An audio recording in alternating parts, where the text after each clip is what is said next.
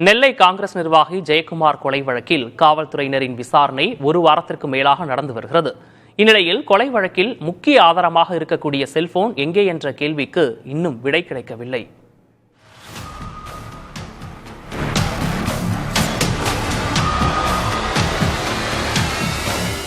ஜெயக்குமார் தனசிங் கொலை வழக்கில் மர்ம முடிச்சுக்கள் இன்னும் அவிழவில்லை.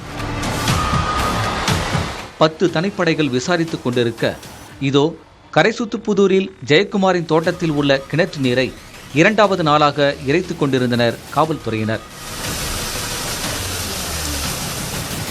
85 அடி ஆழக்கிணற்றில் இருந்து மின் மோட்டார் மூலம் தண்ணீர் இறைத்து வெளியேற்றப்பட்டது.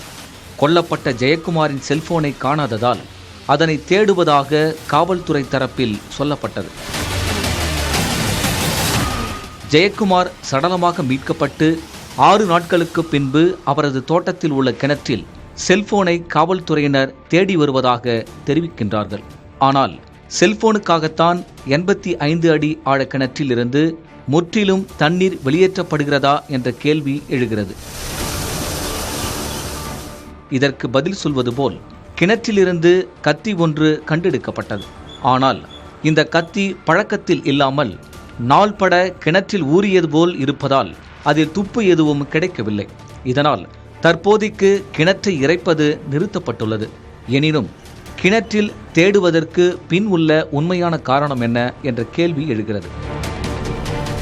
இன்றைய டெக்னாலஜி உலகில் செல்போனை தேடி எடுத்துதான் அதில் உள்ள தகவல்களை எடுக்க வேண்டும் என்ற அவசியமில்லை. எனவே ஜெயக்குமாரின் கொலைக்கு பயன்படுத்தப்பட்ட ஆயுதங்களை தேடுகின்றனரா அல்லது குற்றவாளிகளின் கவனத்தை திசை திருப்ப இந்த நடவடிக்கைகளில் ஈடுபட்டுள்ளனரா என்பது காவல்துறைக்கே வெளிச்சம்.